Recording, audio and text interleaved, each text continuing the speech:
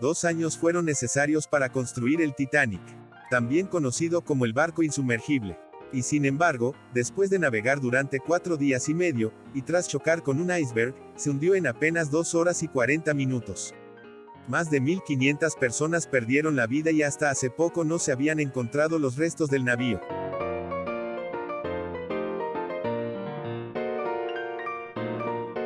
La historia del Titanic comenzó en un despacho, a principios del siglo pasado. En 1907, Bruce Ismay y Lord Perry llegaron al acuerdo de construir 3 barcos como el mundo jamás había conocido. Dichos buques serían el Olympic, el Titanic y el Gigantic, que después de la catástrofe del Titanic fue rebautizado como Britannic. Desde su mismo origen, el Titanic tuvo una impronta distinta a los demás barcos. Todo cuanto tenía relación con él, adquirió visos legendarios. Se convirtió así, en el objeto móvil más grande jamás creado. Una mole de 270 metros de longitud y 53 de altura, con un peso neto de unas 46.328 toneladas, y que podía navegar a una velocidad máxima de 22.5 nudos, unos 42 km por hora gracias a sus 55.000 caballos de fuerza motora, desplazando más de 50.000 toneladas de agua a su paso. El Titanic era un compendio de lujos. Allí dentro, los ricos podrían sentirse aún más ricos, y los pobres, un poco menos pobres. El 10 de abril de 1912, tras meses y meses de publicidad y rumores, el Titanic zarpó desde Southampton en su viaje inaugural, con destino a Nueva York. Para poder lanzarlo al agua, se precisaron 3 toneladas de jabón, cebo y aceite de tren, con el fin de que resbalara hacia el mar. En un minuto bajó 1.800 pies y fue detenido por anclas y cadenas que pesaban 80 toneladas. El capitán era Edward Smith, un experimentado marino de la White Star que ya había pilotado el Olympic, hermano gemelo del Titanic. A bordo viajaban más de 2.400 personas, por lo que muy pronto las cubiertas se convirtieron en un auténtico hervidero de gente deseosa de conocer las maravillas del barco en el que viajaban, y que no paraba de loar lo que veía y el personal que estaba a su servicio. El Titanic fue uno de los pocos transatlánticos de hace 100 años que contaba con una alberca entre sus amenidades. Con 10 metros de largo por 4 de ancho, los pasajeros de primera clase podían disfrutar de la extravagante comodidad de la época. Una mezcla de agua caliente, que salía desde unos tanques en la cubierta, y agua fría que se bombeaba directamente desde el mar, llenaba la piscina. Los baños turcos contaban con varios ambientes como las salas de vapor, una caliente y otra templada. La de los masajes y la de relajación. Esta última era, en muchos aspectos, uno de los locales más fascinantes de la nave. Inspirada en las decoraciones árabes del siglo XVII, los baños turcos fueron toda una novedad en aquella época. Todo estaba muy bien pensado a bordo del Titanic para el disfrute de los pasajeros más distinguidos, con nuevas instalaciones que fascinarían a todo aquel que embarcara en el Titanic. Se desconoce la cantidad exacta de animales a bordo del Titanic, y como otros detalles, la leyenda se mezcla con la realidad. Hay documentados 11 perros viajando con sus dueños, un lujo solo reservado a la primera clase, capaz de afrontar el gasto extra. Su billete costaba lo mismo que el de un niño. En algunos casos incluso les crearon pólizas de seguro. La perrera del Titanic se encontraba probablemente en la cubierta F en el costado de estribor. Contaba con todo tipo de comodidades, desde amplias y confortables jaulas hasta un sistema de calefacción para que no pasaran frío. El encargado de cuidarlos era el carpintero del buque, John Hall Hutchinson. A lo largo del día los perros eran sacados a pasear a la cubierta de popa, utilizada por los pasajeros de tercera clase. Normalmente los encargados de estas salidas eran los botones o algún mayordomo. Originalmente, se tuvo planeado para la mañana del lunes 15 de abril, hacer una exposición canina para que todos pudieran deleitarse con los hermosos ejemplares que transportaba el Titanic, pero nunca se dio. De los 11 perros a bordo, solo 3 sobrevivieron. Al igual que sucedía con la peluquería de primera clase, los hombres de segunda clase contaban con una barbería en la cubierta E, accesible por las escaleras de segunda clase, en donde podían afeitarse y cortarse el cabello. La peluquería estaba dirigida por Herbert Klein, el cual no sobrevivió al naufragio, y de la misma forma que sucedía con la barbería de primera clase, También acogía la función de tienda de souvenirs, en donde se proporcionaba toda clase de artículos de recuerdos y regalos para los pasajeros, así como también ofrecía postales con la fotografía del transatlántico para escribir y enviar mensajes por correo. Mientras que la cubierta de botes estaba dedicada en gran parte a la tripulación, había allí una instalación para pasajeros, el gimnasio. Esta sala era accesible desde el puente o desde un vestíbulo de la gran escalera. Estaba ubicada a estribor entre las dos primeras chimeneas. Abierto para hombres y mujeres de las 10 de la mañana a 6 de la tarde horas, el gimnasio también estaba disponible para los niños de 1 de la tarde a 3 de la tarde horas. Contaba con varios equipos, un saco de boxeo, una máquina de remo, bicicletas de entrenamiento, un caballo eléctrico, un camello eléctrico, dispositivos de masaje y de pesas para musculación. Estos dispositivos provenían de Alemania y se consideraban los mejores del momento en este campo. Un profesor de gimnasia, Thomas Macaulay, estaba disponible para los pasajeros. Uno de los cuales dijo más tarde que el hombre era bastante severo con pasajeros adultos, pero sabía ser muy cariñoso con los niños. El profesor murió en el hundimiento. El Titanic ofrecía 3 ascensores para primera clase, y uno para la segunda. Los 3 ascensores estaban ubicados detrás de la gran escalera de la primera clase del Titanic y atendían a los usuarios de esta clase desde la cubierta E, en la parte más baja, hasta la cubierta A, en su nivel más alto. La estructura, escotilla o caja de los elevadores, que contenía en su interior los 3 ascensores, estaba construida principalmente de madera noble como el roble. La gran escalinata principal era el corazón de la vida de primera clase. Se elevaba majestuosamente a través de 6 cubiertas y estaba rematada por una cúpula de cristal que permitía el paso de la luz natural. En los distintos locales de primera clase del Titanic se podía tomar el té. Los caballeros de la alta sociedad podían beber una copa y disfrutar de un habano en el salón de fumadores o instalarse en un lujoso comedor. Por si los locales del Titanic no resultaban lo bastante exclusivas, la cadena Ritz gestionaba un restaurante con sus propios trabajadores. El fatídico 14 de abril no fue distinto de los días anteriores. El capitán Smith ordenó un cambio de rumbo para evitar las zonas por donde ya sabía que los icebergs navegaban a la deriva. Al atardecer, la temperatura bajó bruscamente, pero el Titanic seguía navegando sobre un mar apacible. A eso de las 10 de la noche, después de cenar acompañado de sus ilustres pasajeros, el capitán se retiró a su camarote y el barco quedó al mando del primer oficial, William Murdoch, quien ordenó reforzar la vigilancia y cerrar todas las aperturas en el castillo de proa, para ahogar cualquier luz o reflejo que pudiera entorpecer la visión de los vigías esa noche. Faltaban 20 minutos para la medianoche cuando el vigía Frederick Fleet advirtió la cercanía de un iceberg, apenas perceptible pues ni tan siquiera había espuma en su línea de flotación, debido a que ninguna ola chocaba contra aquel gigantesco témpano porque el mar permanecía en una calma casi irreal. Fleet informó de inmediato a Murdoch, que dio la orden de virar a babor, y apenas unos segundos después, de detener los motores. De esta forma se logró evitar la colisión y hielo y acero tan solo se rozaron por el costado de estribor. Pero las consecuencias de ese ligero contacto serían fatales. El incidente apenas se notó a bordo. Aunque Smith fue informado rápidamente, no se empezaron a tomar medidas de rescate hasta unos 30 minutos después del encuentro, cuando el ingeniero Andrews confirmó con números exactos que al Titanic le quedaban 2 horas escasas de vida sobre el agua. A las 2:18 de la madrugada, el casco del Titanic se partió cerca de su zona central, un dato que quedó inexplicablemente borrado de la historia hasta que se halló su pecio y se pudo reconstruir la muerte del Titán. Un minuto después, la proa se hundió en el océano y la popa, arrastrada por la proa, casi alcanzó la verticalidad completa. El Titanic desapareció por completo bajo el agua, a las 2:20 de la madrugada del 15 de abril de 1912. A continuación, escucharemos los testimonios de algunos sobrevivientes del Titanic. Eddie Russell. Cuando cayó el iceberg, Eddie no se preocupó. En una entrevista de British Pate de 1970, describe a personas haciendo bolas de nieve con los fragmentos de hielo que quedaron en la cubierta después de la colisión. Cuando un mayordomo de cabina le dijo que era hora de abandonar el barco, cerró con llave los 19 baúles y se guardó las 19 llaves en el bolsillo. Una cosa que guardaba con ella, su cerdo musical de la suerte que había obtenido después de un grave accidente automovilístico el año anterior en el que había muerto el conductor. Ella no quería dejar el barco. Los botes salvavidas no estaban sujetos a la cubierta, así que solo podía subirte a ellos. Había un espacio intimidante entre el barco y los botes, y estaban en varios estados de ser bajados al océano. La gente tenía que subirse a la barandilla y saltar a los botes. Si fallaban, todo lo que les esperaba era una zambullida de 14 pisos en agua helada.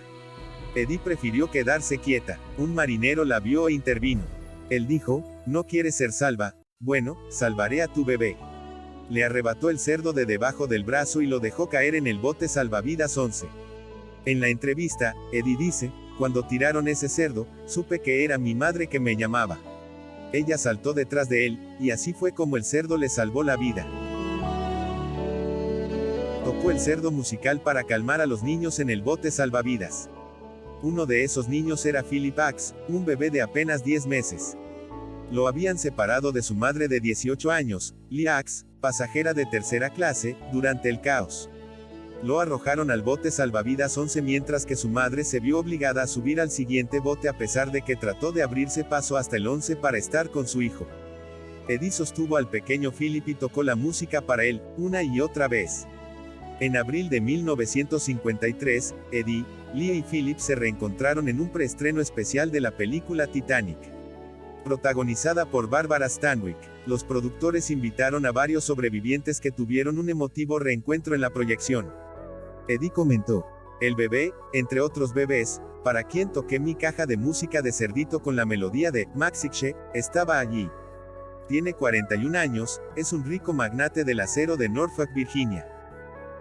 En 2003, el cerdo musical, la ropa que Eddie Russell había usado la noche del hundimiento y su manuscrito inédito de un cerdo y una oración me salvaron del Titanic, se exhibieron como parte de la colección permanente del museo.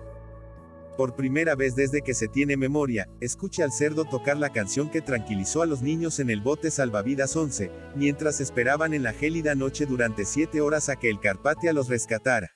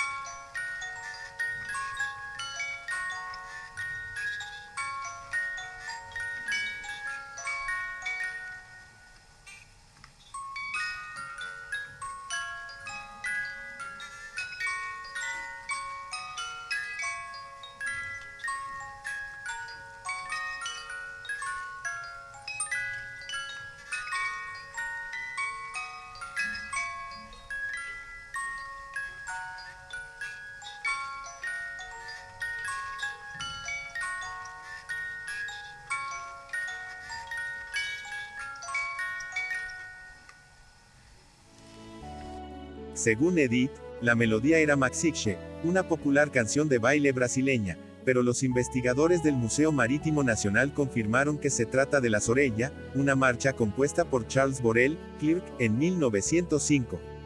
La canción también se conoce como la Machiche, por lo que Edith también tenía razón. Comandante Charles Lightoller. Sinceramente, creo que nunca podré olvidar la imagen del agua fría y verde que subía por aquella escalera. Varias luces brillaban bajo el agua, y algunas de las sumergidas le daban una especie de transparencia fantasmagórica. Pude calcular por la longitud de las escaleras cuánto se había hundido y a qué velocidad lo hacía. El comandante Charles Herbert Lightoller fue un marino británico, segundo oficial del RMS Titanic, y el oficial de mayor rango e importancia que sobrevivió al desastre. La noche del 14 de abril de 1912 tuvo a cargo la última guardia en el puente de mando antes de la guardia de Murdoch en la que el Titanic chocó con el iceberg. Lightoller se había ido a su camarote y se preparaba para dormir cuando sintió la colisión. Vestido solo en pijama, Lightoller salió a la cubierta apresuradamente, y al ver que no ocurría nada, volvió a su camarote. Una vez que el destino del barco estaba sellado, Lightoller ayudó asistiendo a evacuar a los pasajeros en los botes salvavidas. En esta tarea, Lightoller y Henry Wilde fueron los oficiales más estrictos aplicando la consigna de mujeres y niños primero, casi hasta el punto de impedir abordar a ningún hombre, cuya actitud los definió como malas personas. Lightoller trató de echar al agua el bote plegable B, uno de los 4 botes salvavidas de menor tamaño del barco. Una vez que el barco se estaba hundiendo, el agua tocó y hundió la proa del Titanic produciendo una gran ola que recorrió la cubierta. Al observar a la gente huir del agua y al plegable B alejarse dado la vuelta, Lightoller decidió que no podía hacer nada más y se zambulló en el agua.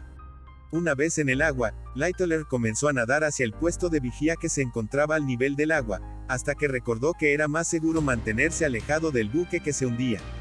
Entonces Lightoller fue succionado por un respirador del Titanic, y fue arrastrado bajo el agua. Durante unos segundos estuvo atrapado contra la rejilla del respirador, pero por suerte, una ráfaga de aire caliente desde el interior de la nave surgió del respirador y permitió a Lightoller poder volver a la superficie. En ese momento Lightoller observó el bote plegable B aún volteado, al que se agarraban varias personas. Nadó hacia el bote y se aseguró a su parte delantera con una cuerda. Entonces cayó al agua una de las enormes chimeneas, alejando al plegable y a varios pasajeros lejos del lugar del naufragio. Después de eso, el segundo oficial Lightoller se puso al frente del grupo, en torno a 30 personas, calmando y organizando a los supervivientes. Trataron de hacerse notar clamando, "bote a la vista". Sin éxito. Durante la noche comenzó un pequeño oleaje. Ante el riesgo de perder la embarcación, aun dada la vuelta, Lightoller instruyó al grupo a contrarrestar las olas con su peso, tarea que tuvieron que realizar durante horas hasta ser rescatados por otro buque, el Carpathia. El segundo oficial Lightoller fue el último sobreviviente en subir al Carpathia. Eva Hart. Era casi imposible para alguien de 7 años hacer otra cosa que no fuera estar aterrorizado. Estaba muy asustada. Y no solo sentí miedo entonces, también durante muchos años después. Eva Hart nació en el suburbio de Londres Seven Kings, Ilford, Essex el 31 de enero de 1905, siendo la única hija de Benjamin, un carpintero, y Esther Hart. Un amigo del señor Hart, quien había emigrado a Canadá, le comentó la enorme prosperidad económica que ofrecía el país norteamericano. De modo que, cuando ella tenía 6 años, su padre decidió emigrar junto a su familia a Winnipeg, Manitoba, donde pretendía abrir un negocio. El miércoles 10 de abril de 1912, con 7 años, embarcó junto con sus padres, en el Titanic como pasajera de segunda clase en Southampton, Inglaterra. Su madre empezó a tener malos presentimientos, sintiéndose incómoda en el buque. La noche del suceso, sobre las 11:40 de la noche, Esther dormía mientras el barco chocaba contra el famoso iceberg. Su padre llegó en ese momento, y después de tapar a su hija con una manta, la llevó a la cubierta del barco. Allí, Benjamin dejó a su esposa e hija en el bote número 14 y le dijo a Eva que le diera la mano a mami y que fuera buena chica. Fueron las últimas palabras que escuchó de su padre y la última vez que lo vio. Con 7 años en el momento del suceso, Eva decía recordar perfectamente décadas después lo sucedido. En una entrevista en 1993, 81 años más tarde del hundimiento, dijo, "Vi cómo se hundía el buque. Nunca cerré mis ojos, no dormí en absoluto. Lo pude ver, lo escuché y nadie lo puede olvidar. Recuerdo los colores, los sonidos, todo. Lo peor que puedo recordar son los gritos y luego el silencio que siguió. No había nada, solo esta muerte con un terrible silencio en la noche oscura con las estrellas sobre la cabeza". La banda tocó una versión de Nearer My God to Thee, hay 3 versiones, y la que interpretaron era la que se cantaba en la iglesia. Nunca cerré los ojos, y vi cómo el barco se hundía. Y vi cómo el barco se partió en 2. Ella y su madre Esther escribieron la última carta escrita en el Titanic de la que se tiene registro, donde Esther le cuenta a sus familiares el disfrute de su estadía junto con su hija Eva y de la vida a bordo. Mis queridos todos, como ven, es el mediodía del domingo y estamos descansando en la biblioteca después de almorzar. Ayer estuve muy mal todo el día, sin poder comer o beber, pero hoy ya estoy mejor. Esta mañana Eva y yo, fuimos a la iglesia y ella estaba tan contenta que cantaba "Oh Señor ven", un himno que le suena muy bien en voz alta, ella es muy hermosa. Tenía una bonita pelota, una caja de caramelos y una foto de este barco que compró hoy, todo el mundo la nota con su osito de peluche. Habrá un concierto a bordo mañana por la noche en beneficio de la Casa de los Marineros, ella va a cantar y yo también. Los marineros dicen que hemos tenido un tiempo maravilloso hasta el momento. No ha habido ninguna tempestad, pero Dios sabe cómo será cuando ocurra. Veo una enorme extensión de mar, no hay tierra a la vista y el barco que se mece de lado a lado es maravilloso, aunque dicen que este barco no debe mecerse debido a su tamaño. De todos modos, se mueve lo suficiente para mí, nunca lo olvidaré. Hay muy buen tiempo, pero con un frío y un viento terrible. Dicen que podemos alcanzar a llegar a Nueva York el martes por la noche, pero está programado para el miércoles por la mañana. Esther Hart. En su publicidad anunciaron que ese barco era imposible que se hundiera. Para su madre fue una señal del cielo ya que decía que atentaba contra Dios. Tras el hundimiento volvió a Inglaterra donde su madre volvió a casarse. Ella no dejó de tener pesadillas ni una sola noche. Tras la muerte de su madre cuando tenía 23 años decidió enfrentarse a sus miedos. Eva volvió al mar y se encerró en un camarote durante 4 días hasta que las pesadillas cesaron. Durante años decidió no hablar más acerca del desastre. En alguna ocasión dijo, morir porque no haya suficientes botes salvavidas es absurdo. Lo que es peor recordar son los gritos. Eva Hart jamás se casó, no dejando más descendencia que su libro autobiográfico. El reverendo John Harper fue un ministro bautista. Nació en Escocia en 1872 y comenzó a predicar a la edad de 18 años. En 1912 estaba sirviendo en una iglesia en Londres. Al momento de la catástrofe del Titanic, Harper tenía 39 años y era viudo. Viajaba junto con su hija y su sobrina, Jessie Wills Leach, a Chicago para predicar por algunas semanas en la iglesia de Moody, donde él había sido invitado a ministrar. El domingo 14 de abril de 1912, el día del fatídico accidente, el clima estaba agradable y el mar estaba en calma. Harper asistió al servicio de la iglesia para los pasajeros. Una persona allegada contó posteriormente que en la tarde de ese domingo vio a Harper hablar con la gente sobre el Evangelio. El Titanic golpeó el iceberg ese mismo día a las 11:40 de la noche cuando se emitió la llamada para que los pasajeros abandonaran sus camarotes. Harper envolvió a su hija en una manta, le dijo que algún día la volvería a ver y se la encargó a un familiar que viajaba con ellos. Los sobrevivientes luego informaron que cuando el Titanic comenzó a hundirse, Harper advirtió a las personas que estuvieran preparadas para morir. Se aseguró de que su sobrina y su hija estuvieran en un bote salvavidas mientras él continuaba compartiendo el Evangelio con quien quisiera escuchar. Un sobreviviente recordó claramente haber escuchado gritar a Harper, mujeres, niños e inconversos en los botes salvavidas. Harper luego corrió a lo largo de la cubierta suplicando a la gente que se volviera hacia Cristo. Reuniendo a la gente a su alrededor en la cubierta se arrodilló y levantó los brazos en oración. Cuando el barco comenzó a hundirse, saltó a las aguas heladas. Un informe dice que Harper, sabiendo que no podría sobrevivir mucho tiempo en el agua helada, se quitó el chaleco salvavidas y se lo arrojó a otra persona diciéndole, necesitas esto más que yo. Finalmente, cuando comenzó la hipotermia, John Harper se hundió bajo las aguas y pasó a la presencia del Señor, a la edad de 39 años. Pero su historia no termina aquí. 4 años después, un joven escocés llamado Aguilla Webb se puso de pie en una reunión en Hamilton, Canadá, y dio el siguiente testimonio: soy un sobreviviente del Titanic. Cuando estaba a la deriva solo en un mástil esa noche horrible, la marea trajo al señor John Harper de Glasgow cerca de mí. Hombre, me dijo, ¿eres salvo? Le dije que no lo era. Él contestó, acepta al Señor Jesucristo y serás salvo. Las olas lo llevaron lejos, pero, por extraño que parezca, lo trajeron de vuelta un poco más tarde, y él me dijo, ¿eres salvo ahora? No, le dije, no puedo decir aún con certeza que lo soy. Volvió a decirme, acepta al Señor Jesucristo, y serás salvo, y poco después él se hundió. Y allí, solo en la noche, en medio de un inmenso mar alrededor de mí, creí. Soy el último convertido por la predicación de John Harper. Dios quería que el increíble testimonio de Webb fuera compartido, pues fue una de las pocas personas que fueron sacadas del agua esa noche para unirse a los sobrevivientes en los botes salvavidas. Antes de desaparecer bajo el mar helado, John Harper compartió, por última vez, el mensaje de salvación. La hija de Harper, de 6 años, y su sobrina llegaron sanas y salvas a Nueva York, rescatadas por el Carpathia, y solo entonces se enteraron de la muerte del pastor. Hoy, más de 100 años después del hundimiento del Titanic, la Iglesia Bautista Harper Memorial en Glasgow, fundada por este gran hombre de Dios y nombrada posteriormente en su honor, aún existe. Julián Padrón Manent. Un matrimonio español contó varios de los pormenores del fatídico viaje inaugural a bordo del Titanic. Esta pareja, que residió durante muchos años en La Habana, Cuba, guardó durante décadas algunos secretos y fantasmas de la historia del Titanic.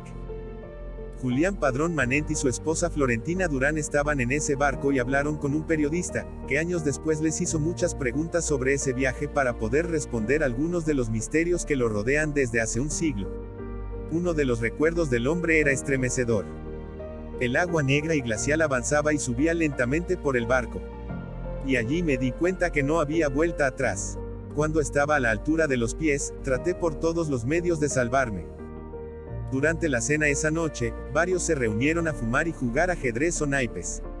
Yo me fui a acostar y medio somnoliento escuché un golpe, pero no le di importancia y seguí durmiendo. Eso ocurrió con muchos más. Así describe cómo se inició la tragedia. La colisión había sido muy ligera que algunos ni siquiera despertaron. Además, la noche estaba tan hermosa, nadie iba a pensar que un témpano había producido un agujero de 150 metros de largo. La historia continúa cuando uno de sus compañeros de juego golpeó la puerta de su camarote y lo alertó del peligro. Ellos salieron corriendo a cubierta, donde ya muchos pasajeros estaban queriendo encontrar respuestas. Un oficial les dijo que era un problema menor, pero el agua no paraba de entrar. Después de un rato se dio la orden de subir a las mujeres y a los niños en los botes y los hombres ponerse los salvavidas. Algunos se rieron, otros lloraron, estuvieron los que se negaron a ponerse el chaleco o señoras que no se subieron a los botes. El salvamento se hizo con mucha lentitud. Contaba Julián Padrón que, la confusión era cada vez mayor. Los segundos parecían siglos, el agua no se detenía y no había más botes disponibles. Algunos hombres saltaron al vacío, otros no se decidían. Caigo en uno de los botes que estaba siendo arriado, donde casi todos eran tripulantes. Se alejaron rápido del Titanic, que parecía una ballena a punto de hundirse. Era el final del Titanic. Vi cómo se sumergía lentamente pero luego cada vez más deprisa, de pronto se apagaron las luces y estallaron las calderas, había gente gritando, un remolino en el agua y de repente, oscuridad. El barco se había hundido en cuestión de una hora. Pasamos la noche en el bote hasta que nos topamos con el buque Carpathia. Llegamos a Nueva York el jueves al anochecer. Nunca olvidaré la gente esperando en el muelle, familias de sobrevivientes y desaparecidos. Así acababa su relato el superviviente de la tragedia. Los huérfanos del Titanic, la increíble historia de los dos niños que sobrevivieron al naufragio del Titanic. Michelle y Edmund Navratil viajaban con su padre y bajo un nombre falso a bordo del navío más imponente del mundo. El choque contra el iceberg la madrugada del 14 de abril de 1912 en el Atlántico Norte, y que le costó la vida a 1.518 personas, develó la historia de un divorcio conflictivo. Antes de abordar el transatlántico, el padre se agachó en cuclillas, para estar a la altura de los ojos de sus hijos, y les dijo, desde ahora y hasta que lleguemos, si alguien les pregunta sus nombres, se llaman Lolo y Momon. Los chicos lo miraron sin entender. Él, para conseguir su objetivo, les dijo que se trataba de un juego, que los tres usarían otro nombre y que si lograban sostenerlo durante la travesía, les iba a comprar un gran regalo a cada uno apenas llegaran a Nueva York. Michelle y Edmund eran muy chiquitos.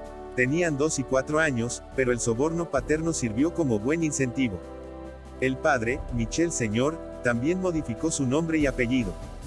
Pasó a llamarse Louis Hoffman. Con nombres falsos y con documentos apócrifos sacó 3 pasajes en la segunda clase del Titanic. Ellos 3 dejarían el pasado atrás y empezarían una nueva vida en Nueva York. En la segunda clase del barco ya le habían tomado cariño a esos 2 pequeños rulientos que no se separaban de su papá. Los Hoffman, así los conocían, se hacían notar. En el momento del naufragio del Titanic, Michelle corrió al camarote a buscar a sus hijos. Un hombre desconocido lo ayudó. Corrió por toda la cubierta con el mayor en brazos, mientras el otro hombre lo seguía con el menor. Justo cuando un bote descendía, Michelle logró lanzar hacia allí a su hijo mayor, que solo llevaba puesta una remera. Luego, arrancó al otro de los brazos del hombre que lo ayudaba y lo tiró hacia un segundo bote, el último de los que restaba poner en el agua. El nene de 2 años estaba desnudo y fue atajado por un hombre en la pequeña embarcación. Michael no tenía lugar. Desde el agua, una mujer le gritaba que ella se encargaría. Los chicos, separados y aturdidos, ni siquiera lloraban. Michel buscó infructuosamente sitio en otro bote salvavidas hasta que no le quedó otro camino que lanzarse al agua. El mar helado se encargó de él con velocidad. Los chicos viajaron solos, dependiendo del abrigo y del cuidado de dos mujeres que se apiadaron de ellos. El más chiquito apenas hablaba, y ninguno de los dos lo hacía en inglés. Nadie los entendía. La madre de los niños se reencontró con ellos un mes después del naufragio. La foto con los dos sentados en sus rodillas ocupó la primera plana de los periódicos.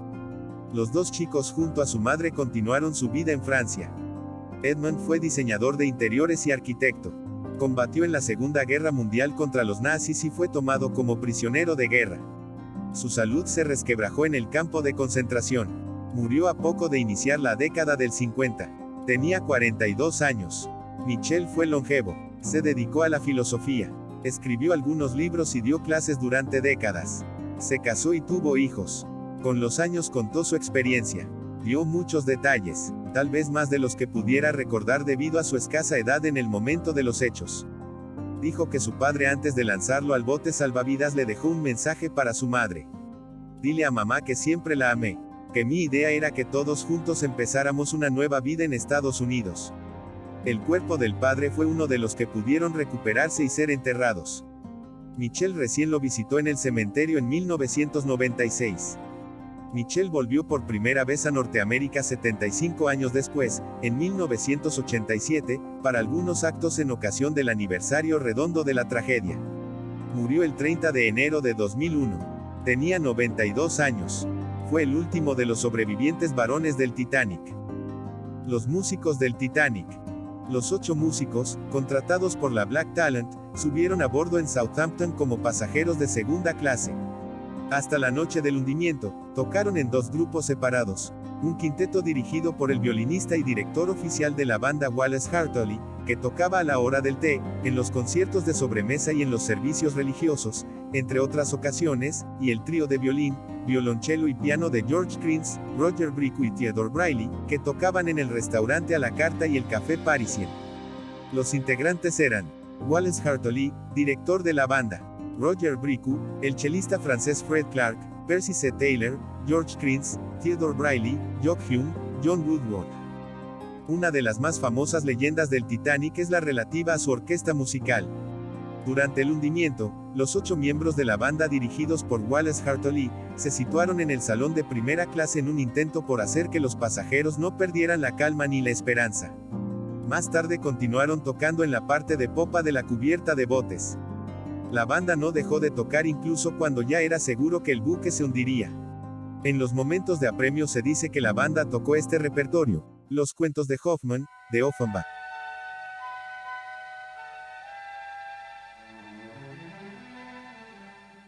El himno naviero, Eternal Father, Strong to Save, de John Bacchus Dykes.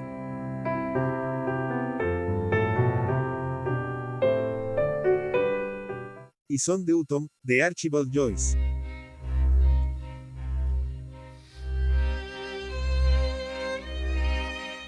El tema final fue Nearer My God, to Thee.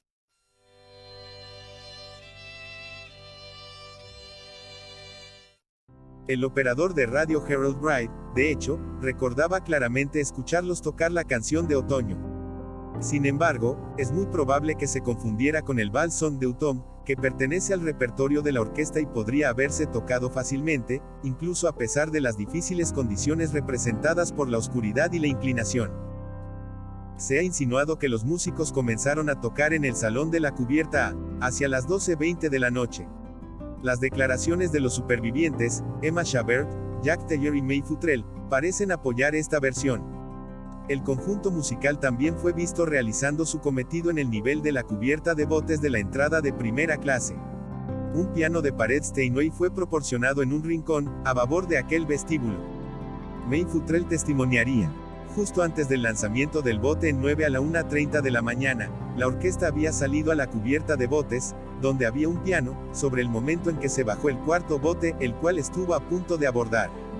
Mientras hacíamos nuestro camino por la cubierta, estaban tocando Alexander's Ragtime Band, para mantenernos en movimiento, supongo.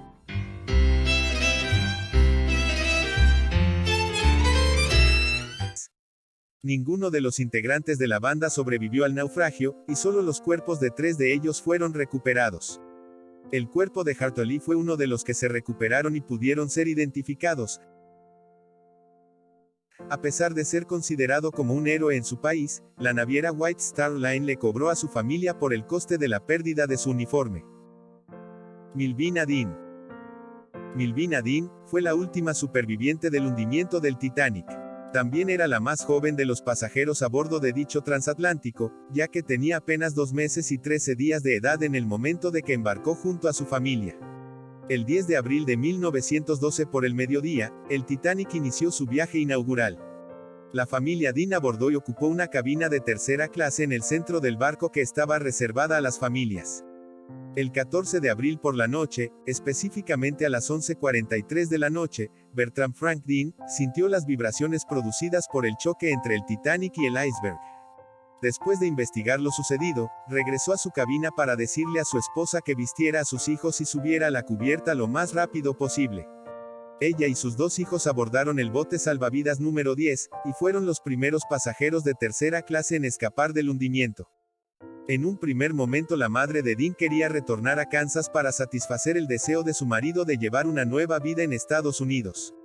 Sin embargo, viuda y con 2 pequeños hijos a su cargo, pasó unos días en el hospital de San Lucas de Nueva York, ciudad en la que unos neoyorquinos, al notar que habían perdido todas sus prendas, le ofrecieron una maleta que Melvina conservaría hasta 2008, cuando la vendió. Dean falleció en la mañana del 31 de mayo de 2009 a la edad de 97 años a causa de una neumonía. Sus restos fueron incinerados el 16 de junio. De acuerdo a su deseo, sus cenizas fueron arrojadas al mar el 24 de octubre desde los muelles de Southampton, desde donde el Titanic inició su recorrido.